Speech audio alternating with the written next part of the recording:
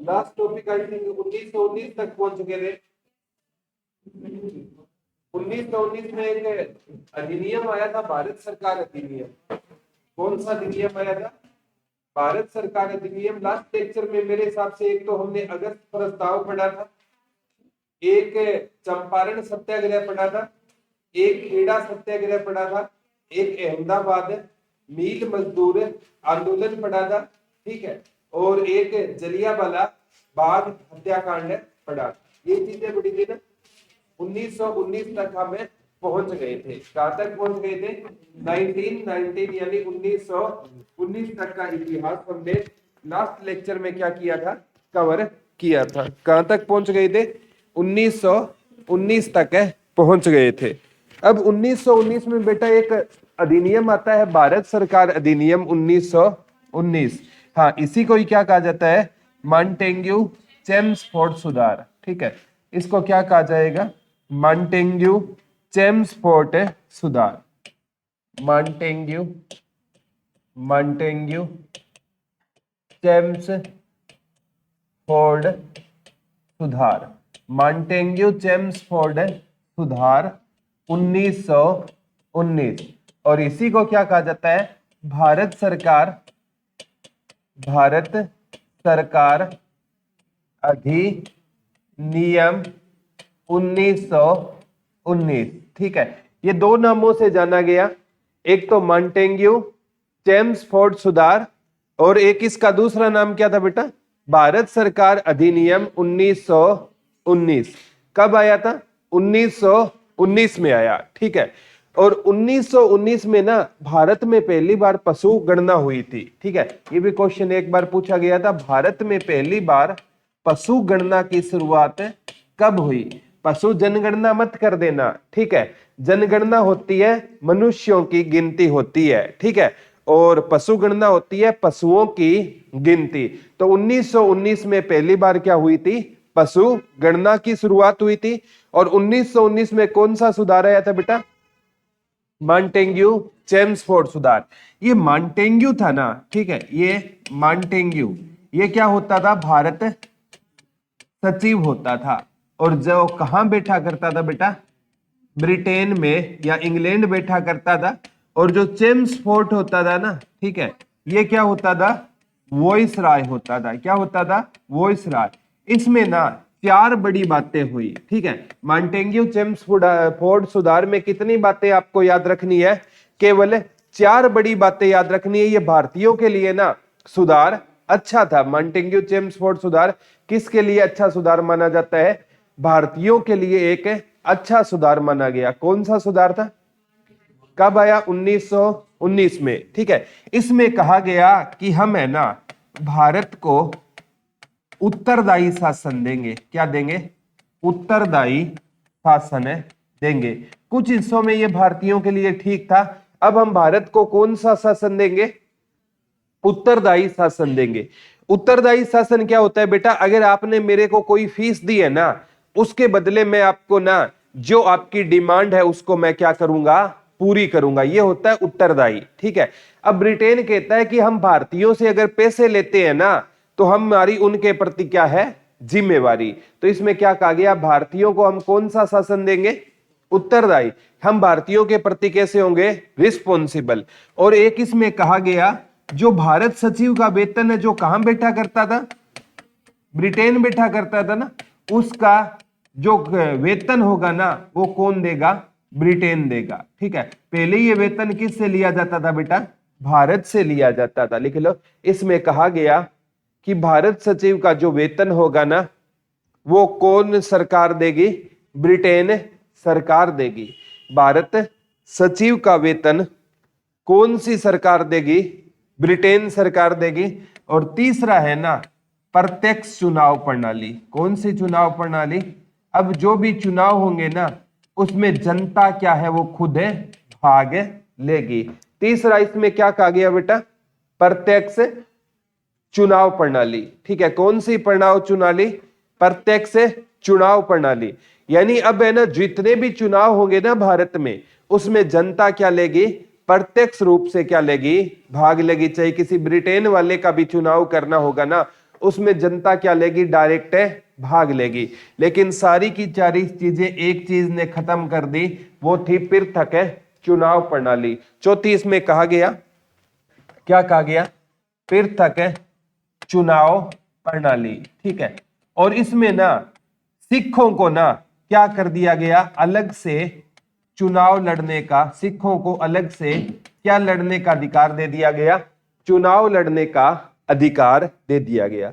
1909 में किसको दिया गया था, मुसलमानों को। कौन सा सुधार था बेटा, मार्ले मिंटो सुधार। कौन सा सुधार था, मार्ले मिंटो सुधार में मुसलमानों को अलग से चुनाव लड़ने की आजादी थी, और मॉन्टेग्यू चेम्सफोर्ड सुधार में किसको अलग से चुनाव लड़ने की आजादी दे दी, सिखों को। ठीक है, अब सर ये ना 1909 का अधिनियम क्या हो गया बेटा, फ्लॉप हो गया। क्या हो गया, फ्लॉप। क्यों हो गया, मुसलमानों को इन्होंने अलग से चुनाव लड़ने की आजादी दी, और 1900 मैंने बताया था एक लखनऊ समझौता हुआ। कब हुआ, 1916 में।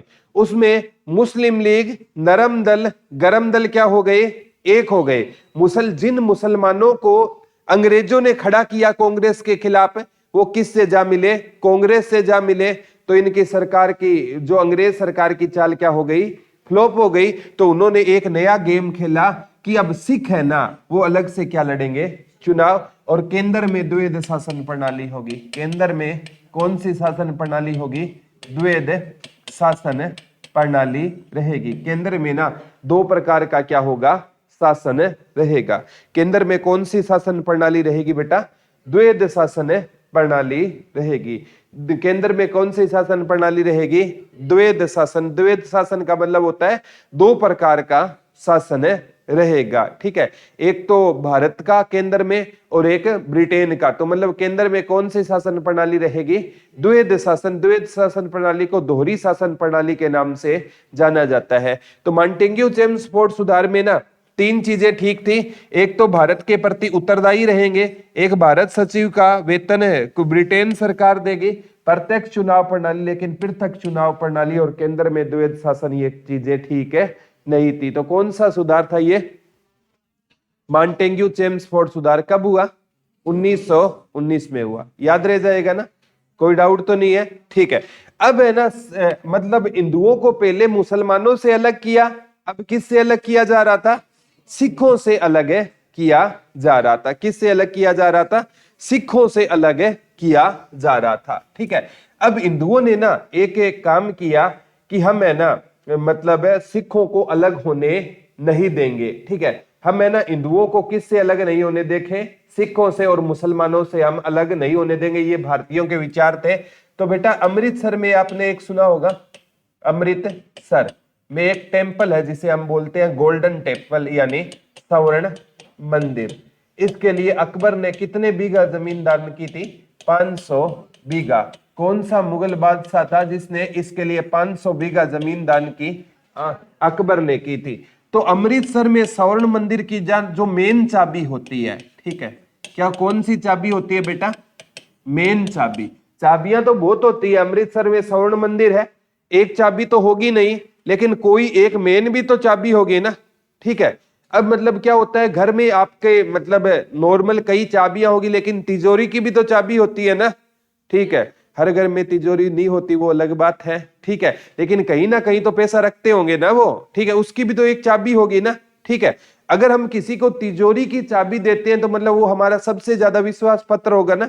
तो अमृतसर में ना जो मेन चाबी है ना वो दे दी गई सैफुद्दीन किचलू को। किसको दे दी गई, सैफुद्दीन किचलू को दे दी गई। किसको दे दी गई बेटा, सैफुद्दीन किचलू। और सैफुद्दीन किचलू क्या था, एक मुसलमान था। ये मंदिर किसका था, सिखों का धार्मिक मंदिर है, और मेन चाबी किसको दी जा रही है, एक मुसलमान को दी जा रही है। इसका मतलब भारतीय बताना चाहते हैं कि आपने सिखों को हमसे अलग कर दिया, लेकिन हम सिखों से क्या नहीं है, अलग है नहीं है। एक सिख मंदिर की चाबी किसको दी गई, मुसलमान को। कल मैंने लास्ट लेक्चर में, अगर आपको याद है, जलियांवाला बाग हत्याकांड करवाया, उसमें यह सैफुद्दीन किचलू नाम सुना होगा। डॉक्टर सतपाल और सैफुद्दीन किचलू को शक के आधार पर क्या कर लिया गया था, गिरफ्तार। तो तो इनके लिए अमृतसर में भीड़ इकट्ठे हुई। अमृतसर में भीड़ इकट्ठी क्यों हुई सैफुद्दीन किचलू की गिरफ्तारी पर? क्योंकि इनके पास क्या थी? मेन चाबी थी। तो सिख इनको बहुत अच्छा मानते थे, इसीलिए वो अमृतसर में ना इनके लिए लोगों ने क्या, इनकी रिहाई के लिए क्या निकाला था? एक है जुलूस निकाला। अब पता चला वो जलियांवाला बाग हत्याकांड क्या था, ये मेन रीजन था।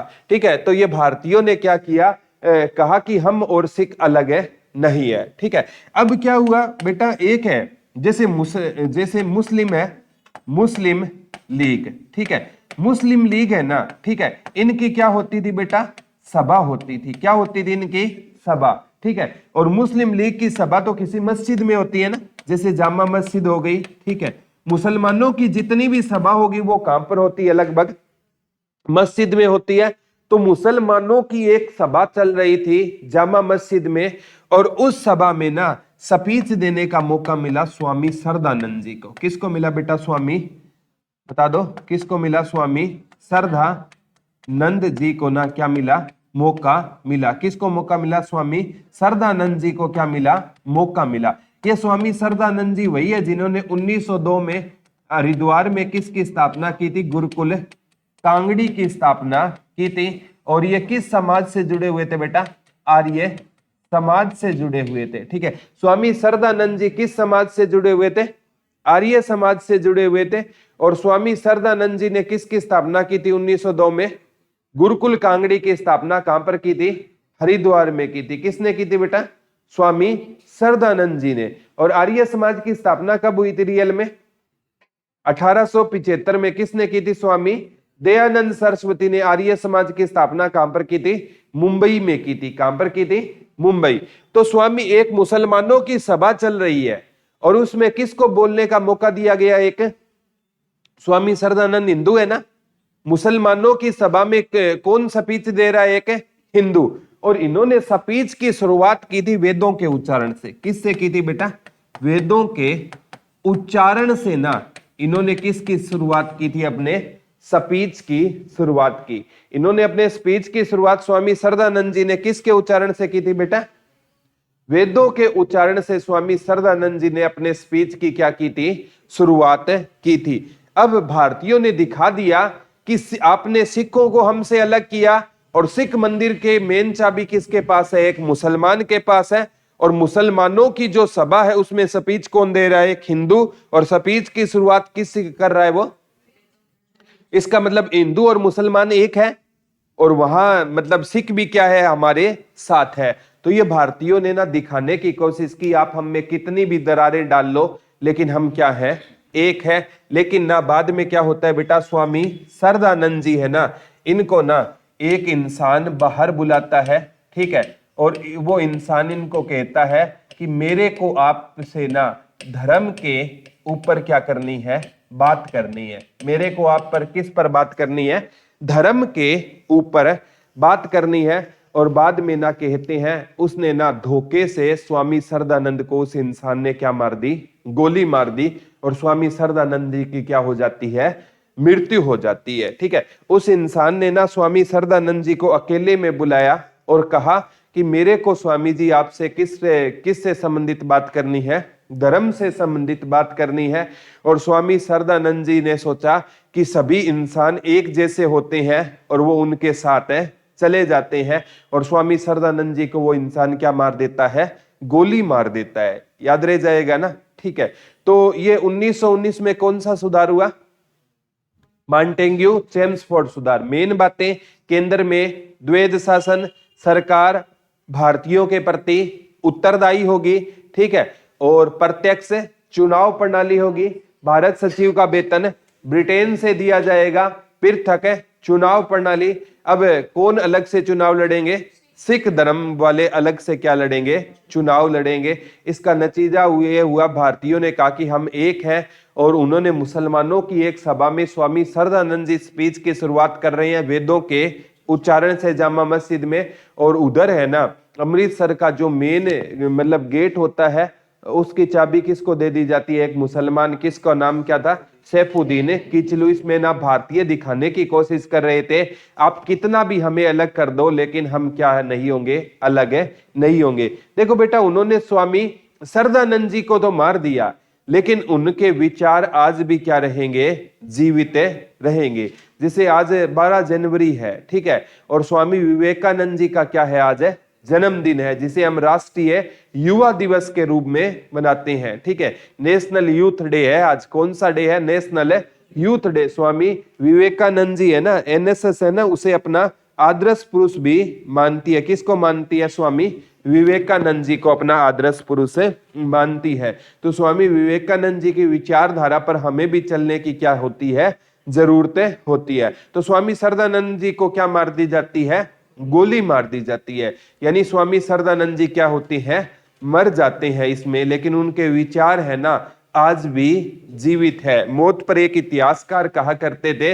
ये जो तूने मेरी मौत का इंतजाम किया है, ये जो तूने मेरी मौत का इंतजाम किया है, तूने तो मेरा रास्ता आसान किया है। मेरा दिल तो पहले ही खिलौना था, मेरा दिल तो पहले ही खिलौना था। तूने खेलकर कौन सा नया काम किया है, तूने खेलकर कौन सा नया काम किया है। ठीक है, फीलिंग मत लेना, लेक्चर पे आ जाओ दोबारा। ठीक है, तो एक इंसान है ना, किसके ऊपर मतलब इनसे बात करना चाहता था, धर्म के ऊपर बात करना चाहता था, और उनको क्या मार दी जाती है, गोली मार दी जाती है। अब बेटा कौन सा आंदोलन चलाएंगे मुसलमान 1919 में, खिलाफत आंदोलन। कौन सा आंदोलन चलाएंगे, खिलाफत आंदोलन।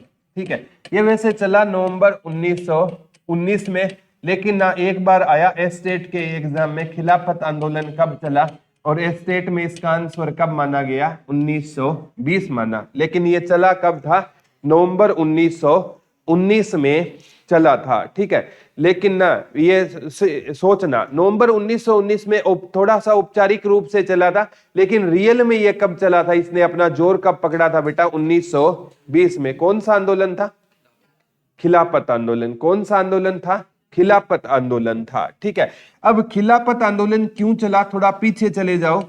1914 से 18 तक कौन सा वर्ल्ड वॉर चला था, प्रथम।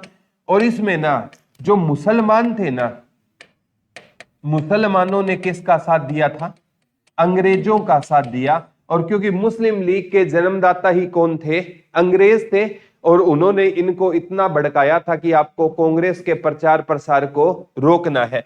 तो 1918 में ना प्रथम विश्व युद्ध क्या हो गया, समाप्त हो गया। ठीक है, तो प्रथम विश्व युद्ध में एक और तो अमेरिका ब्रिटेन थे ना, एक और जैसे हम पढ़ते हैं जर्मनी। ठीक है, और एक है ना जर्मनी में एक साम्राज्य था इसके आसपास, ओटोमन साम्राज्य। कौन सा साम्राज्य था बेटा, ओटोमन साम्राज्य। इसमें मुसलमान रहते थे, और इस साम्राज्य में एक देश आता था तुर्की। कौन सा देश आता था बेटा, तुर्की आता था। ठीक है, First World War, Second World War YouTube पे वीडियो पड़ी है।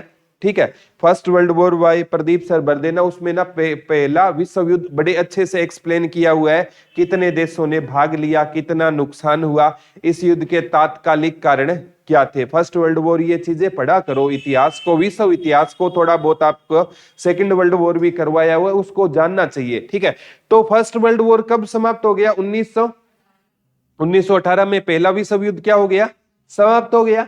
अब है ना क्या हुआ कि प्रथम विश्व युद्ध से पहले अंग्रेजों ने मुसलमानों को कहा कि मुसलमानों में एक धार्मिक पद होता है, खलीफा। कौन सा पद होता है, खलीफा। मुसलमानों का धार्मिक प्रमुख कौन होता है, खलीफा। तो कहा कि हम आपके खलीफा के साथ बुरा व्यवहार नहीं करेंगे। अब युद्ध जीतते ही ना ये ब्रिटेन अमेरिका ने क्या किया, इस ओटोमन साम्राज्य के क्या कर दिए बेटा, टुकड़े कर दिए। इस ओटोमन साम्राज्य के क्या कर दिए, टुकड़े। यानी इन्होंने कहा कि हम इस पद को क्या करेंगे, खलीफा के पद को समाप्त करेंगे। तो इस है ना ओटोमन साम्राज्य से सारे मुसलमान जुड़े हुए थे, तो इनका ये संदेश भारत में पहुंचा कि अंग्रेज है ना अपनी बात से मुकर गए हैं, और उन्होंने क्या किया है कि ओटोमन साम्राज्य के टुकड़े कर रहे हैं, और खलीफा के पद को वो क्या कर देंगे, समाप्त। तो जो मुसलमान है ना वो अंग्रेजों के पक्ष में थे ना, वो सारे के सारे अंग्रेजों से क्या हो जाते हैं, खिलाफ हो जाते हैं। क्या हो जाते हैं, खिलाफ हो जाते हैं। क्यों, क्योंकि जो खलीफा का पद होता है ना वो मुसलमानों का धार्मिक प्रमुख है। अगर उसी को समाप्त करने की बात की जा रही है, मुसलमान अंग्रेजों से क्या हो गए, खिलाफ हो गए। इसीलिए वो कौन सा आंदोलन चलाएंगे, खिलाफत आंदोलन। कौन सा आंदोलन चलाएंगे? खिलाफत आंदोलन चलाएंगे। खिलाफत आंदोलन क्यों चला बता सकते हो कोई? क्योंकि अंग्रेजों ने अपने से वादा खिलाफी की थी, किससे? मुसलमानों से। पहले उन्होंने कहा कि आप हमारा साथ दोगे, हम आपके खलीफा के पद को हानि नहीं पहुंचाएंगे। और जैसे ही पहला विश्व युद्ध ये ब्रिटेन और अमेरिका वाले जीत गए, इन्होंने ओटोमन साम्राज्य को समाप्त करने की क्या कर दी? घोषणा कर दी। यानी इसके छोटे छोटे क्या कर दिए? टुकड़े कर दिए। तो मुसलमान क्या हो गए? अंग्रेजों के खिलाफ हो गए। तो कौन सा आंदोलन चलाएंगे बेटा? वो खिलाफत आंदोलन। कौन सा आंदोलन चलाएंगे? खिलाफत आंदोलन। खिलाफत आंदोलन। खिलाफत आंदोलन। ये बेटा वैसे 1920 से लेकर 1924 तक चलेगा। वैसे ये कागज वगैरह में ना, वैसे 1919 में इसकी शुरुआत की होती है अंत में, लेकिन ये रियल में कब से कब तक चला? 1920 से 1924 तक। कौन सा आंदोलन चला बेटा? खिलाफत आंदोलन चला। अब खिलाफत आंदोलन में दो भाई थे, एक का नाम मोहम्मद अली। क्या नाम था? मोहम्मद अली। और एक का नाम था बेटा शौकत अली। एक का नाम क्या था? मोहम्मद अली। और एक का नाम क्या होता था? शौकत अली। दो नाम बताना, मोहम्मद अली और शौकत अली। क्या नाम था? मोहम्मद अली और शौकत अली। मोहम्मद अली और शौकत अली, ये क्या होते थे? दो भाई होते थे। नाम क्या होता था? मोहम्मद अली और शौकत अली। दो क्या होते थे? ये भाई होते थे। तो मोहम्मद अली और शौकत अली इनको पता था कि खिलाफत आंदोलन हमने शुरू तो कर दिया, लेकिन मुसलमान उस टाइम संख्या में मुश्किल से, हिंदुओं की अगर मैं कंपेयर करूं तो 5 से 6% क्या होते थे? मुसलमान। बाकी लगभग भारत देश में क्या होते थे? हिंदू होते थे। इनको पता था अगर हमने खिलाफत आंदोलन चलाया है, इसमें अगर हम हिंदुओं को नहीं जोड़ पाए तो यह आंदोलन सफल है नहीं होगा। तो इन्होंने ना इनविटेशन भेजा, प्रेम भरा, किसके पास है? महात्मा गांधी के पास। और महात्मा गांधी को कहा कि हम आपको खिलाफत कमेटी का ना क्या बनाएंगे? अध्यक्ष बनाएंगे। और महात्मा गांधी इस टाइम अपने चरम पर थे। 1916 में उनका कौन सा आंदोलन सफल हो गया था? 1917 में कौन सा आंदोलन सफल हो गया था? चंपारण। 1918 में खेड़ा। और 1918 में अहमदाबाद। अब महात्मा गांधी को एक और मौका मिल गया, मतलब आंदोलन का। तो खिलाफत आंदोलन के अध्यक्ष किसे बनाया गया बेटा? महात्मा गांधी को बना दिया जाता है। खिलाफत आंदोलन का अध्यक्ष किसे बना दिया जाता है? महात्मा गांधी को बना दिया जाता है। और खिलाफत आंदोलन के सूत्रधार कौन से दो भाई थे? मोहम्मद अली और शौकत अली। कौन से दो भाई थे बेटा? मोहम्मद अली और शौकत अली खिलाफत आंदोलन के क्या होते थे? सूत्रधार होते थे। तो ये आंदोलन शुरू हो गया। कौन सा आंदोलन शुरू हो गया? खिलाफत आंदोलन। कब की बात है? 1920 की। वैसे नवंबर 1919 की बात है। खिलाफत आंदोलन क्या हो जाता है? शुरू हो जाता है। अब खिलाफत आंदोलन के अध्यक्ष महात्मा गांधी बन गए, लेकिन ना इस आंदोलन में भीड़ नहीं जुड़ रही थी, क्योंकि खिलाफत शब्द था मुसलमानों का। और कहीं ना कहीं अंग्रेजों ने हिंदुओं और मुसलमानों के बीच में दरार पैदा कर दी। तो महात्मा गांधी ने ना इसका नाम हिंदी वर्जन ले आए, इसका असहयोग। ठीक है। मुसलमान में खिलाफत यानी किसी चीज की क्या करना? खिलाफत। और हिंदू कहते हैं किसी चीज का सहयोग ना करना, असहयोग। तो ये कौन सा आंदोलन शुरू करेंगे महात्मा गांधी? असहयोग आंदोलन शुरू करेंगे। असहयोग आंदोलन के लिए बेटा दो अधिवेशन होते हैं। एक का नाम था कलकत्ता अधिवेशन, एक का नाम था नागपुर अधिवेशन। मैंने आपको जब भारतीय राष्ट्रीय कांग्रेस करा रहा था, मैंने बताया 1920 में कितने अधिवेशन होते हैं? दो होते हैं। एक को बोलते हैं विशेष अधिवेशन। ठीक है। तो एक की अध्यक्षता की थी लाला लाजपत राय ने। किसने की थी बेटा? लाला लाजपत राय ने। और एक की थी सी विजय राघवाचार्य। सी विजय राघवाचार्य। तो लिख लो, असहयोग आंदोलन के लिए कितने अधिवेशन हुए थे बेटा? दो अधिवेशन हुए। एक का नाम क्या था? कलकत्ता अधिवेशन। और दूसरे का नाम क्या था? नागपुर अधिवेशन। एक का नाम क्या था? कलकत्ता अधिवेशन था। और एक का नाम क्या होता था? नागपुर अधिवेशन होता था। क्या होता था? नागपुर अधिवेशन। क्या नाम था बेटा? कलकत्ता अधिवेशन और नागपुर अधिवेशन। कौन सा अधिवेशन? कलकत्ता अधिवेशन और नागपुर अधिवेशन। कलकत्ता अधिवेशन की अध्यक्षता किसने की थी? लाला लाजपत राय। इसमें ना असहयोग आंदोलन की क्या तैयार की गई? रूपरेखा। और इसमें ना विशेष अधिवेशन में ना असहयोग आंदोलन की कमान किसको सौंप दी गई? महात्मा गांधी को सौंप दी गई। इतना आपको कंफ्यूज होने की कोई दिक्कत नहीं है, इतना याद रखना। असहयोग आंदोलन के लिए कितने अधिवेशन हुए? 2, एक कलकत्ता और एक नागपुर। कलकत्ता के अध्यक्ष लाला लाजपत राय और नागपुर के सी विजय राघवाचार्य। सी विजय राघवाचार्य। क्या नाम था उनका? सी विजय राघवाचार्य। ठीक है, ये मतलब अब कौन सा आंदोलन चलेगा? असहयोग आंदोलन। ये आंदोलन चला बेटा 1 अगस्त 1920 को। कब चला? 1 अगस्त 1920 को आंदोलन चला। कौन सा आंदोलन चला? असहयोग आंदोलन। कब चला था ये? 1 अगस्त 1920। कब चला था? 1 अगस्त 1920। कौन सा आंदोलन चला? असहयोग आंदोलन चला। कब चला? 1 अगस्त 1920। और इस पहले दिन ही ना हमें बहुत बड़ी क्षति होती है। हमने किसको खो दिया? बाल गंगाधर तिलक जी को खो दिया। यानी पहले दिन ही ना किसकी मृत्यु हो जाती है? बाल गंगाधर तिलक जी की मृत्यु हो जाती है। लिख लो, असहयोग आंदोलन के पहले दिन ही किसकी मृत्यु हो जाती है? बाल गंगाधर तिलक। और आजादी दिलाने में ना बाल गंगाधर तिलक का जो योगदान था ना, उसको कभी भी भुलाया नहीं जा सकता। बड़ा सुंदर योगदान था बाल गंगाधर तिलक का। ये पहले इंसान थे जिन्होंने स्वराज्य बनाने की क्या उठाई थी? मांग उठाई थी। क्या उठाई थी? स्वराज्य मानने की मांग। और महात्मा गांधी ने ना कहा, तिलक की मृत्यु हो जाती है, महात्मा गांधी वहां पहुंचते हैं और महात्मा गांधी ने एक शब्द का प्रयोग किया, स्वराज्य। कि हमें क्या चाहिए? अब हर हाल में क्या चाहिए? स्वराज्य चाहिए। महात्मा गांधी ने तिलक की मृत्यु पर क्या कहा? हमें हर हाल में अब क्या चाहिए? स्वराज्य। अब बेटा ये स्वराज्य का मतलब है ना, नरम दल वाले वो तो सोच रहे थे कुछ अलग है, गरम दल वाले वो सोच रहे थे कुछ अलग है, और जो क्रांतिकारी है ना वो कुछ सोच रहे थे अलग। यानी नरम दल वाले है ना, इसको सोच रहे थे स्वराज्य की हमें है ना, मतलब अंग्रेजों के रहते हुए भी हमारा शासन चलेगा। गरम दल वाले इस स्वराज्य का अर्थ आजादी से जोड़कर देख रहे थे, और क्रांतिकारी भी इसको किससे जोड़कर देख रहे थे? आजादी से। महात्मा गांधी ने एक शब्द दे दिया स्वराज्य, और उसको एक्सप्लेन नहीं किया। अगर एक्सप्लेन कर देते तो हो सकता है नरम दल वाले अलग हो जाते, या गरम दल वाले अलग होते, या क्रांतिकारी। महात्मा गांधी ने एक ही शब्द का प्रयोग किया, स्वराज्य, और इस एक शब्द के प्रयोग से उसने तीनों को एक साथ जोड़ दिया।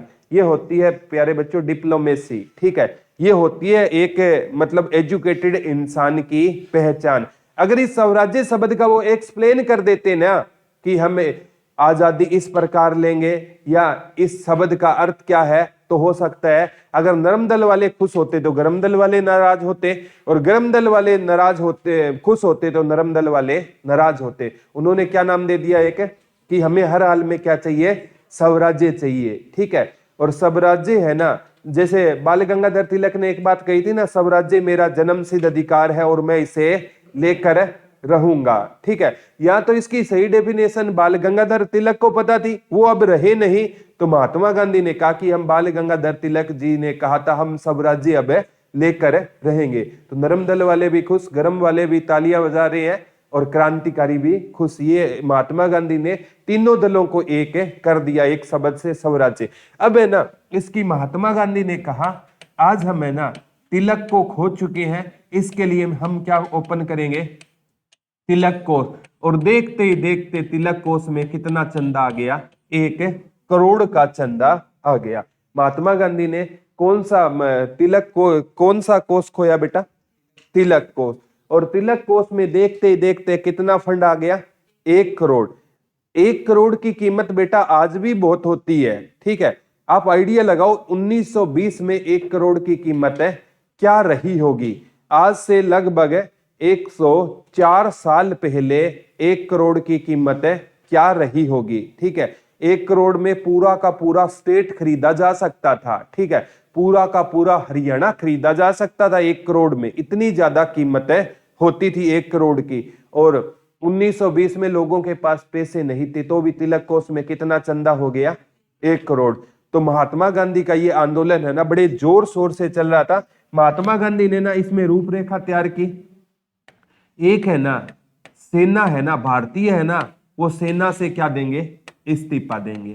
इसकी रूपरेखा क्या थी, भारतीय है ना, वो किस से इस्तीफा देंगे, सेना से। और महात्मा गांधी ने खुद आगे आकर कौन सी उपाधि दे दी, केसर ए हिंद की उपाधि अंग्रेजों को दे दी, ठीक है। अब महात्मा गांधी ने कहा हमें किस वस्तुओं का प्रयोग करना होगा, स्वदेशी। हमें किन वस्तुओं का बहिष्कार करना होगा, विदेशी वस्तुओं का बहिष्कार करना होगा। हमें है ना अंग्रेजी स्कूल और कॉलेज का क्या करना होगा, बहिष्कार करना होगा, ठीक है। और एक इन्होंने ना जो बच्चे अंग्रेजी स्कूलों से हट जाएंगे उनके लिए राष्ट्रीय शिक्षा नीति की भी क्या की गई थी, बात की गई, ठीक है। ये लिखो, एक तो महात्मा गांधी ने कहा कि जितने भी भारतीय है ना वो सेना से क्या देंगे, अब इस्तीफा देंगे। और दूसरा कॉलेज और स्कूलों वाले विद्यार्थियों से आह्वान किया कि आप अंग्रेजी स्कूल और कॉलेज को क्या कर दो, छोड़ दो। और तीसरा किस पर बल दिया, स्वदेशी पर। और चौथा किसका बहिष्कार पर बल दिया, विदेशियों के। और पांचवा उन्होंने क्या कहा था बेटा, खुद केसर हिंद की उपाधि लौटाई और राष्ट्रीय शिक्षा नीति पर उन्होंने क्या की थी, बात की थी। याद रह जाएगा ना, कोई डाउट तो ना है, समझ आ रहा है क्या। तो ये असहयोग आंदोलन की क्या थी, रूपरेखा। और स्वदेशी में ना महात्मा गांधी ने एक शब्द पर प्रयोग पर बल दिया, चरखे के प्रयोग पर बल दिया। महात्मा गांधी के इस आंदोलन में ना पहली बार किस पर बल दिया गया था बेटा, चरखे के प्रयोग पर बल दिया गया था। महात्मा गांधी ने इस आंदोलन में किसके प्रयोग पर बल दिया था, आपका आंसर क्या होगा, चरखे के प्रयोग पर क्या दिया था, बल दिया था। महात्मा गांधी ने किसके प्रयोग की बात की गई थी, चरखे का। क्योंकि हमें ना चरखे से ना खुद के कपड़े बनाएंगे और अंग्रेजी वस्तुओं का क्या करेंगे, बहिष्कार करेंगे। तो ये आंदोलन है ना बड़ा प्यारे बच्चों जोर शोर से ये आंदोलन चला था। अब है ना कोई भारतीय पुरुष है ना, वो है ना अगर घर पर ना अंग्रेजी कपड़े ले आता तो महिलाएं उनको ना प्रयोग करने से क्या कर देती, इनकार कर देती। अगर कोई भारतीय अंग्रेजी है ना दुकानों से सामान खरीद लाता तो भारतीय महिलाएं उनको ना मतलब क्या कर देती, प्रयोग करने से इनकार कर देती। तो ना बहुत ज्यादा अंग्रेजों को क्या हुआ, इससे नुकसान हुआ, ठीक है। जो अंग्रेजी है ना ये सारे अंग्रेज शासन नहीं करते थे, कुछ व्यापार करने के लिए आए थे, उनके व्यापार क्या हो गए बेटा, चौपट हो गए। और वो धीरे धीरे भारत से क्या जाने लगे, बाहर जाने लगे। ये सच्चाई होती है। फतेहाबाद में कोई भी एक शोरूम की बात करता हूं मैं, ठीक है। एक सपोज करो कि कोई कंपनी है, विदेशी कंपनी है, ठीक है। और उसने ना एप्पल का कोई फतेहाबाद में आउटलेट खुला हुआ है और सभी भारतीय फतेहाबाद वाले ये डिसीजन ले ले हम एप्पल के मोबाइल नहीं खरीदेंगे। क्या एप्पल वाला टिक पाएगा फतेहाबाद में, 1 महीने सरवाइव कर लेगा, 2 कर लेगा, लेकिन वो चला जाएगा ना। तो बहुत सी कंपनियां है ना वो भारत से क्या जा रही थी, दोबारा ब्रिटेन। अब है ना भारतीयों को मनाने के लिए ना 1921 में प्रिंस ऑफ वेल्स आया। प्रिंस ऑफ वेल्स, वेल्स का राजकुमार, यानी ब्रिटेन का कौन भारत आ रहा था, राजकुमार भारत आ रहा था। 1921 में लिख लो कौन भारत आया, प्रिंस ऑफ वेल्स भारत आया। लिख लो 1921 में कौन भारत आया था, प्रिंस ऑफ वेल्स भारत आया था। 1921 में कौन भारत आया था बेटा, प्रिंस ऑफ वेल्स भारत आया। यानी वेल्स का जो राजकुमार था ना वो कब भारत आया था, 1921 में आया था। कौन भारत आया था 1921 में, प्रिंस ऑफ वेल्स। जो वेल्स का राजकुमार था ना वो कहां आया था, भारत आया था। कब आया था, 1921 में कौन भारत आ रहे हैं? प्रिंस ऑफ वेल्स, यानी वेल्स का राजकुमार कहां आया था? भारत आया था। कब की बात है ये? 1921 की बात है। कौन भारत आया था? प्रिंस ऑफ वेल्स, यानी वेल्स का राजकुमार भारत आया। और 1911 में मैंने कहा था जब जॉर्ज पंचम और महारानी मेरी आया तो उनका कितना स्वागत किया गया, और प्रिंस ऑफ वेल्स ने सोचा वैसा ही स्वागत होगा, लेकिन प्रिंस ऑफ वेल्स को काले झंडे दिखाए गए। क्या दिखाए गए बेटा? काले झंडे दिखाए गए। और प्रिंस गो बैक, कौन से नारे लगाए जा रहे थे? प्रिंस गो बैक के नारे लगाए जा रहे थे। लिख लो, अंग्रेजों ने कौन से नारे लगाए? प्रिंस गो बैक के नारे लगाए। प्रिंस वापिस जाओ। प्रिंस गो बैक के क्या लगे थे? नारे लगे थे। अब प्रिंस ऑफ वेल्स है ना, जैसे ही ब्रिटेन पहुंचा ना, उसने कह दिया कि अब है ना हमें मजबूरन भारत को क्या करना पड़ेगा? आजाद करना पड़ेगा। क्योंकि 1911 में जब जॉर्ज पंचम गया था तो कितना स्वागत हुआ, मेरे को काले झंडे दिखाए गए हैं। और उन्होंने ये भी कहा कि ब्रिटेन, हमारी जितनी भी कंपनियां है ना वो घाटे में चल रही है, वो दोबारा कहाँ आ रही है? ब्रिटेन आ रही है। अब हमें जल्द ही भारत को क्या करना पड़ेगा? आजाद करना पड़ेगा। यानी भारत की आजादी की बातें है ना कहां उठने लगी थी? ब्रिटेन में उठने लग गई थी। ठीक है, फिर प्यारे बच्चों क्या होता है? ये आंदोलन है ना बड़ा क्या हो गया? एक्टिव हो गया। कोई भी है ना अंग्रेजी वस्तुओं का प्रयोग नहीं कर रहा था। हर जगह ना मतलब किस पर जोर दे रहे थे? स्वदेशी पर जोर दे रहे थे। स्वदेशी का मतलब होता है भारत में निर्मित वस्तुएं। ठीक है, सभी है ना कौन सी वस्तुएं प्रयोग कर रहे थे? जो कहां पर बनी हुई है बेटा? भारत में बनी हुई है। सभी कौन सी वस्तुओं का प्रयोग कर रहे थे? जो कहां पर बनी हुई है? भारत में। और विदेशी वस्तुओं का क्या हो रहा था? जगह जगह होलियां जलाई जा रही थी। विदेशी कपड़ों की ना क्या जलाई जा रही थी? होलियां जलाई जा रही थी। फिर एक दिन होता है बेटा, दिन था 5 फरवरी 1922। जगह थी चोरा चोरी। ठीक है, ये कहां पर है? गोरखपुर के पास, यूपी वाला एरिया। ठीक है, कौन सा एक कांड हुआ जिसका नाम क्या था? चोरा चोरी कांड। कब की बात है बेटा? ये 5 फरवरी 1922। कब की बात है? 5 फरवरी 1922। कौन सा कांड हुआ था? चोरा चोरी कांड हुआ था। ठीक है, तो एक बार ना ये क्वेश्चन आया 1920 से लेकर 22 तक भारत में कौन सा आंदोलन चला? असहयोग आंदोलन चला। असहयोग आंदोलन के ना पक्ष में कौन सा बड़ा लीडर नहीं था? सर छोटू राम। सर छोटू राम है ना इसके क्या होते थे? खिलाफ होते थे। ये क्वेश्चन पूछा गया, असहयोग आंदोलन के खिलाफ कौन सा बड़ा लीडर होता था? बता दो। सर छोटू राम। सर छोटू राम क्या नहीं चाहते थे? कौन सा आंदोलन ना चले? असहयोग आंदोलन ना चले। ये कौन चाहते थे? सर छोटू राम चाहते थे कौन सा आंदोलन ना चले बेटा? असहयोग आंदोलन के पक्ष में कौन नहीं थे? सर छोटू राम नहीं थे। सर छोटू राम ने ना कांग्रेस पार्टी से छोड़ दी। पहले वो किस पार्टी में थे? कांग्रेस में थे सर छोटू राम। बाद में उन्होंने कौन सी पार्टी छोड़ दी? कांग्रेस पार्टी छोड़ दी। तो चोरा चोरी कांड कब हुआ? 5 फरवरी 1922 को हुआ। और कहते हैं कि एक है ना भीड़ है ना, ठीक है, भीड़ है ना वो मतलब आगे बढ़ी थी। ठीक है, एक युवाओं की, कुछ युवाओं की भीड़ थी। ठीक है, जैसे सपोज करो इस गुरुकुल से 10 बच्चे इकट्ठे हो और ये टाइम है 1922 का, और वो कहें कि हमें है ना जो अंग्रेजी सामान बेच रहे हैं उनसे रिक्वेस्ट करनी है कि आप अंग्रेजी सामान है मत मत मत बेचिए, हम आपकी दुकानें है ना अगर आप बेचोगे तो चलने नहीं देंगे। अब 10 युवा घर से निकले थे, उनके पीछे 10 युवा और लग गए। तो धीरे धीरे है ना वो भीड़ है ना एक बड़ा रूप लेती नजर आ रही थी। ठीक है, आधे से ज्यादा तो ना भीड़ का हिस्सा बन जाते, उनको पता ही नहीं है क्या मामला है। ठीक है, मतलब यहाँ पर ना सपोज करो कोई इंसान है जल्दबाजी में कहीं जा रहा है, कहीं जाना है, और रास्ते में वो भीड़ देखता है। भीड़ देखते ही सबसे पहले बाइक साइड में लगाएगा वो आराम से, फिर देखेगा मामला क्या है। चार बंदों से पूछेगा भाई क्या हो गया, ठीक है, और अंदर तक जाएगा मामला क्या है, ठीक है, बोला किसी को थप्पड़ पड़ रहे हैं तो एक आधा मैं भी मार आता हूँ, ठीक है, कुछ ऐसे भी होते हैं उसमें, ठीक है, आराम से बाइक को लॉक करके लगाएं, उनको मतलब ही नहीं है किसी चीज से, ठीक है। चार पांच तो वैसे ही जा रहे थे, उनको लगा कि कोई शादी है वहां पर रसगुल्ले होंगे, तुम भी सर्विस कराना उनकी, ठीक है, चार पांच वैसे ही उनके पास, मतलब उनको पता ही नहीं था, स्टार्टिंग में 10 बच्चों को पता था कि हमें ये काम करना है, उनके पीछे 10 और 10 और।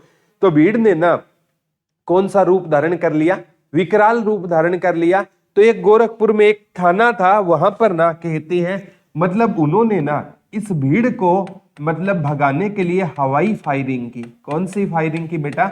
हवाई फायरिंग में ना 2 युवकों की क्या हो गई? मृत्यु हो गई। उन्होंने ना हवाई फायरिंग की भीड़ को डराने के लिए, और उस भीड़ से ना कितने युवकों की मृत्यु हो गई? 2 युवकों की क्या हो गई? मृत्यु हो गई। इस भीड़ में कितने बच्चों की मृत्यु हो गई? 2।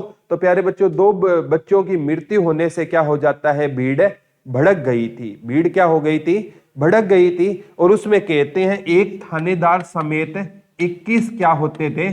सिपाही होते थे। अब भीड़ उनकी ओर आ रही थी ना, तो उनके पास इतनी गोलियां नहीं थी कि इस भीड़ को कंट्रोल कर पाए। उन्होंने ना खुद को किसके अंदर कैद कर लिया? जेल के अंदर, यानी थाने के अंदर क्या कर लिया? कैद कर लिया, और दरवाजा बंद कर लिया। अब भारतीयों को पता था कि इनका ना, क्योंकि 1919 में जलियांवाला बाग हत्याकांड हुआ, जनरल डायर को कोई सजा नहीं हुई। उनको पता था कि अगर है ना ये मामला अंग्रेजों के पास जाएगा ना, तो अंग्रेज इस मामले को क्या कर देंगे? रफा दफा कर देंगे। तो भारतीयों ने कहा कि इसका फैसला तो तुरंत होगा। इसका फैसला क्या होगा? तुरंत होगा। वो गांव में गए गोरखपुर में, ठीक है, और वो किसी के पास गए मिट्टी का तेल लेने के लिए। पहले कौन सा तेल चलता था? मिट्टी का तेल। एक ताऊ के पास गए, बोला ताऊ जी तेल चाहिए मिट्टी का। बोला क्या करोगे? बोला अंग्रेजों को आग लगानी है। बोला भाई 2 बोतल ले जा, एक फ्री ले जा, ठीक है। सभी अंग्रेजों से क्या थे? दुखी थे। और वो वहां से तेल लेकर आए, केरोसिन, और चारों ओर ना मतलब छिड़क कर उस थाने को उन्होंने क्या लगा दी? आग लगा दी। तो कितने, एक थानेदार समेत कितने सिपाही जिंदा जल गए? 21 अंग्रेज सिपाही जिंदा जल गए। अब है ना अंग्रेजों ने कह दिया कि महात्मा गांधी है ना वो अहिंसा का पुजारी बनता है, ढोंगी है। महात्मा गांधी के आंदोलन में क्या हुई है? हिंसा। क्योंकि महात्मा गांधी ने एक ही नारा दिया था, अहिंसा परमो धर्म। कौन सा नारा दिया था? कि मेरे आंदोलन में क्या नहीं होगी? हिंसा नहीं होगी। हम अंग्रेजों को भारत से बाहर निकालेंगे, लेकिन भारत से बाहर कैसे निकालेंगे? अहिंसा के माध्यम से निकालेंगे। कोई गांधीवादी विचारधारा थी, बोला कोई एक गाल पर थप्पड़ मारे ना तो दूसरा क्या कर दो? आगे कर दो। आज मत कर देना, दूसरे पर भी मार देगा वो, ठीक है। जिसने एक मारा है उसको कोई शर्म थोड़ी है, ठीक है। पहले गांधीवादी विचारधारा अलग विचारधारा थी। हालांकि गांधीवादी विचारधारा से परिवर्तन बहुत आया है, ठीक है। लोग गांधी के विपक्षी हो सकते हैं, लेकिन वो विपक्षी गांधी के वही है जिसने गांधी को सही से पढ़ा नहीं है, वही गांधी का विपक्षी है। सही से अगर आप गांधी को पढ़ोगे ना, तो आप कहोगे कि महात्मा गांधी का भारत की आजादी में बहुत बड़ा योगदान था। अगर उस टाइम अगर महात्मा गांधी अंग्रेजों से टक्कर लेते तो अंग्रेज गोली मार देते, महात्मा गांधी उनके लिए कितनी बड़ी बात थी। तो वो भारतीयों को कभी भी जोड़े नहीं पाते। अगर भारतीयों को एकता के सूत्र में किसी एक इंसान ने बांधा था, तो वो किसने बांधा था? महात्मा गांधी। कोई भी काम होता ना, सारे भारतीय कहते महात्मा गांधी से पूछो अब हमें क्या करना है। और इस युग को गांधी युग के नाम से जाना गया। आज तक किसी इंसान के नाम पर कोई युग नहीं चला है। अगर गांधी युग चल रहा है तो मान के चलो कितने महान इंसान रहे होंगे महात्मा गांधी। आज भी लोग अहिंसा के माध्यम से, अगर आज भी आप अहिंसा की प्रवृत्ति अपनाते हो ना, तो आज भी आप परिवर्तन ला सकते हो। ये सच्चाई होती है। अहिंसा में बहुत बड़ी ताकत होती है, ठीक है। कोई आपको गाली दे रहा है ना, आप हंसकर चले जाते हो, तो उसको एहसास होगा यार मैंने इसको गाली दी, इस पर कोई असर भी नहीं हुआ, ठीक है। तो अहिंसा में बहुत बड़ी पावर होती है। अगर आप उसका जवाब दे दोगे ना, तो उसको कोई एहसास नहीं होगा। एक मौन होता है ना, इस मौन में बहुत बड़ी ताकत होती है बेटा। इस ताकत को आप जितना जल्दी पहचानोगे ना, हर है ना, आप हर इंसान को कभी भी जवाब नहीं दे सकते। घर से निकलोगे ना तानों की शुरुआत हो जाएगी, बस स्टैंड से ही हो जाएगी।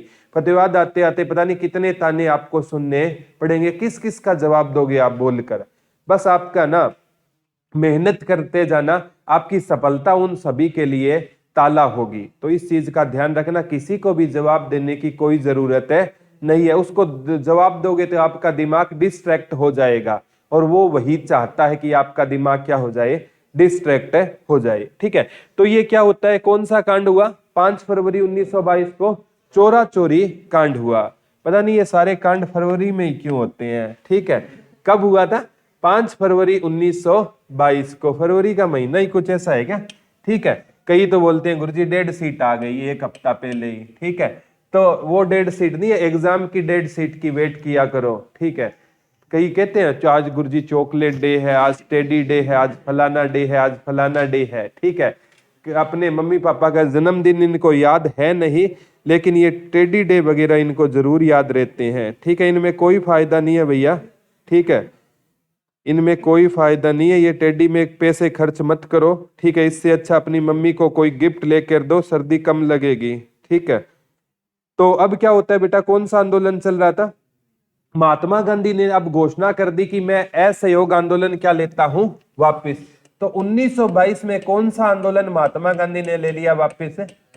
महात्मा गांधी ने एक ही स्टेटमेंट दी थी कि मैं अहिंसा का पुजारी हूं, और मेरे आंदोलन में आज हिंसा ने प्रवेश कर लिया है, और मैं हिंसा को बर्दाश्त नहीं कर सकता, और मैं आज असहयोग आंदोलन क्या लेता हूं, वापिस लेता हूं। और गलती ये हुई कि गांधी ने आंदोलन उस टाइम वापिस लिया जब इस आंदोलन का क्या आने वाला था, रिजल्ट आने वाला था। ये महात्मा गांधी की सबसे बड़ी है ना, मतलब भूल सिद्ध होती है कालांतर में। अदरवाइज 1947 तक हम 25 साल और इंतजार नहीं करना पड़ता। क्या पता हमें, अंग्रेज खुद कहते हैं कि हमें मजबूरन है ना भारतीयों को क्या करना पड़ता, आजाद करना पड़ता। हमें मजबूरन है ना भारतीयों को क्या करना पड़ता। ये बात किसने कही थी, अंग्रेज ने कही थी, हमें मजबूरन भारतीयों को आजाद करना पड़ता। लेकिन गांधी ने असहयोग आंदोलन क्या ले लिया वापिस।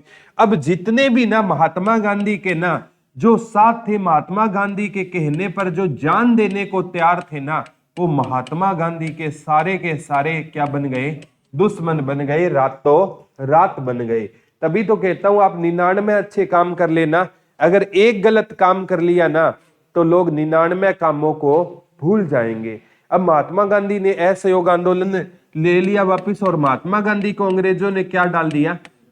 अगर महात्मा गांधी को अंग्रेज जेल में ना डालते ना, तो कोई ना कोई भारतीय ना महात्मा गांधी की उस टाइम क्या कर सकता था, हत्या कर सकता था।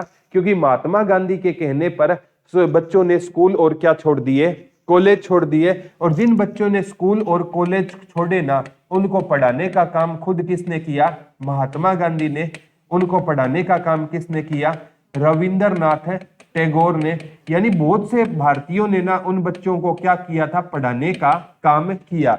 अब ये आंदोलन इतना बड़ा विकराल रूप धारण कर गया। अब गांधी ने अचानक आंदोलन क्या ले लिया, और उस टाइम ले लिया जिस टाइम क्या आने वाला था, परिणाम आने वाला था, आंदोलन का आउटपुट आने वाला था।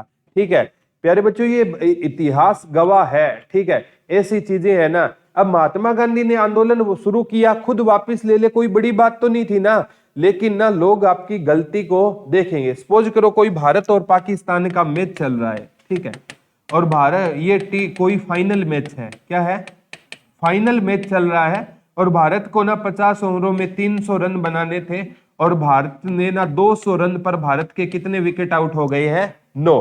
और विराट कोहली है ना अंतिम है ना, जडेजा या किसी के साथ भी मिलकर, आप कोई भी बॉलर के साथ मिलकर ना 98 रन की क्या कर देगा, पार्टनरशिप। और लास्ट है ना, एक गेंद में कितने रन चाहिए, 2 रन चाहिए, टाई के लिए कितना चाहिए, 1। और उस गेंद पर विराट कोहली क्या हो जाता है, आउट हो जाता है। तो विराट कोहली की कोई सराहना नहीं होगी, बोला इसने मरवा दिया। ठीक है, बोला जीता हुआ मैच इसने क्या कर दिया, हरा दिया, इसने मैच फिक्स कर रखा था। ठीक है, सारे के सारे कोहली के, कोई घर के आगे ना कोहली का पुतला जलाएंगे, कोई क्या करेंगे। ठीक है, अरे भारत तो इस टाइम भी हार गया था, 200 पर 9 थे, उस टाइम ही हार गया। ये तो भारत को कहां लेकर गया था, जीत के करीब लेकर गया था, लेकिन सारे के सारे इसके खिलाफ। ये होती है आज की दुनियादारी। अब महात्मा गांधी तो भारत तो गुलाम तो पहले ही था, ये तो कहां लेकर गए थे भारत को, आजादी के करीब लेकर गए, सारे के सारे गांधी विरोधी हो गए। ठीक है, इसका नतीजा हुआ 1923 में ना एक पार्टी बनी, स्वराज्य पार्टी। कौन सी पार्टी बनी बेटा? स्वराज्य पार्टी। और इसके संस्थापक पूछे जाते हैं मोतीलाल नेहरू, चित्तरंजन दास और MC केलकर। कौन थे? MC केलकर। और जितने भी ना महात्मा गांधी से नाराज थे ना, सभी ने कौन सी पार्टी ज्वाइन कर ली? स्वराज्य पार्टी। स्वराज्य पार्टी वालों को खुद विश्वास नहीं था कि उनके पास इतना ज्यादा जनाधार आ जाएगा, क्योंकि महात्मा गांधी ने स्वराज्य शब्द को फेमस तो कर ही रखा था। उन्होंने नाम क्या दे दिया? स्वराज्य पार्टी। तो महात्मा गांधी के जो पक्षधर थे ना, वो भी उन्होंने सोचा ये गांधी की पार्टी है, वो भी ज्वाइन कर रहे थे, खिलाफ थे। उन्होंने सोचा स्वराज्य उद्देश्य था, वो गांधी नहीं करा पाएंगे तो ये दिलाएंगे, तो सारे के सारे किस पार्टी में शामिल हो रहे थे? स्वराज्य। तो कहते हैं 1924 में कोई चुनाव हुआ था और उस चुनाव में स्वराज्य पार्टी को ना क्या मिली थी? बहुत भारी मात्रा में क्या मिली? सफलता। 1925 में स्वराज्य पार्टी का एक व्यक्ति था जिसका नाम था विठल भाई पटेल। क्या नाम था? इसे सेंट्रल लेजिस्लेटिव